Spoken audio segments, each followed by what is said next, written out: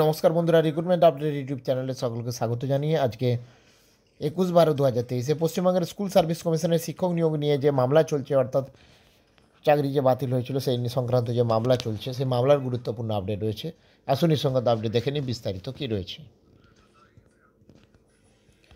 কলকাতা হাইকোর্টের নির্দেশ মেনে হলফনামা জমা করেছে স্কুল সার্ভিস কমিশন। জানা গিয়েছে একাদশ দ্বাদশে বিতর্কিতভাবে নিয়োগের সুপারিশপত্র পেয়েছিলেন 810 জন। সূত্রে খবর, তার মধ্যে 39 জন প্যানেলের মেয়াদ পূরণের পর ক্রমিক সংখ্যা ওপরে থাকা ব্যক্তিদের টপকে উঠে এসেছিলেন। উত্তরপত্রে কারচুপি ছিল বাকি 771 জনের, কিন্তু তাদের মধ্যে কারো বিরুদ্ধে কোনো পদক্ষেপ করেনি স্কুল সার্ভিস কমিশন।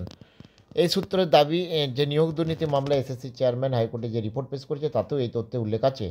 শুধু এই তথ্যই নয়, নবম দশম শ্রেণীর শিক্ষক ও গ্রুপ সি গ্রুপ ডি পদের শিক্ষাকর্মী নিয়োগেও যে অনিয়ম হয়েছে তার তথ্য এসএসসি চেয়ারম্যান রিপোর্টে দিয়েছেন। তাতে বলা হয়েছে যে নবম দশম শ্রেণীর শিক্ষক নিয়োগের ক্ষেত্রে প্যানেল মেয়াদ পূরণের পরে মোট 183 জন কর্মীর সংখ্যা টপকে উপরে এসে নিয়োগপত্র পেয়েছিলেন। তার মধ্যে 122 জনের চাকরি বাতিল করা হয়েছে।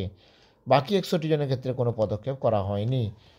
ওই 61 জন চাকরি বাতিল নিয়ে সম্প্রতি বিচারপতি ডিভিশন বেঞ্চ প্রশ্ন করেছিলেন যে 61 জন চাকরি বাতিল করতে কি আদালত নিষেধ করেছিল। তার সদুত্তর অবশ্য সেদিন এসএসসি কৌশলে দিতে পারেননি নবম দশম শ্রেণীর শিক্ষক। এই চাকরি প্রাপকদের আরও 33 জনের বিরুদ্ধে এসএসসি এখনও পদক্ষেপ করেনি বলে অভিযোগ।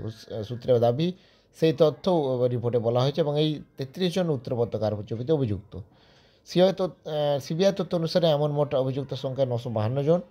যদিও এসএসসি সূত্রে দাবি তার মধ্যে 823 জনকে নিয়োগপত্র সুপারিশপত্র দেওয়া হয়েছিল, তবে শেষ পর্যন্ত 808 জনের নিয়োগ অবৈধ। তার মধ্যে 775 জন চাকরি বাতিল করেছিল কমিশন। এছাড়াও আদালতের নির্দেশে 872 জন গ্রুপ সি কর্মীদের পদের কর্মী ও 1911 জন গ্রুপ ডি কর্মী চাকরি বাতিল করা হয়েছিল বলেও এসএসসি কোর্টকে জানিয়েছে বলে খবর। এসএসসি নিয়োগের অনিয়ম ও দুর্নীতি অভিযোগ তুলে গোড়া থেকেই সরব বঞ্চিত চাকরি প্রার্থীদের আকাঙ্ক্ষী দাবি যে বড়সড় অনিয়মের কথা বারবার বলেছি তা স্পষ্ট হয়েছে। তো দেখা যাক এই পরবর্তীকালে কী আপডেট আসছে, সেই আপডেটগুলো অবশ্যই আপনার সাথে শেয়ার করব। সঙ্গে থাকবেন এবং চ্যানেলটা সাবস্ক্রাইব করে নেবেন। ধন্যবাদ।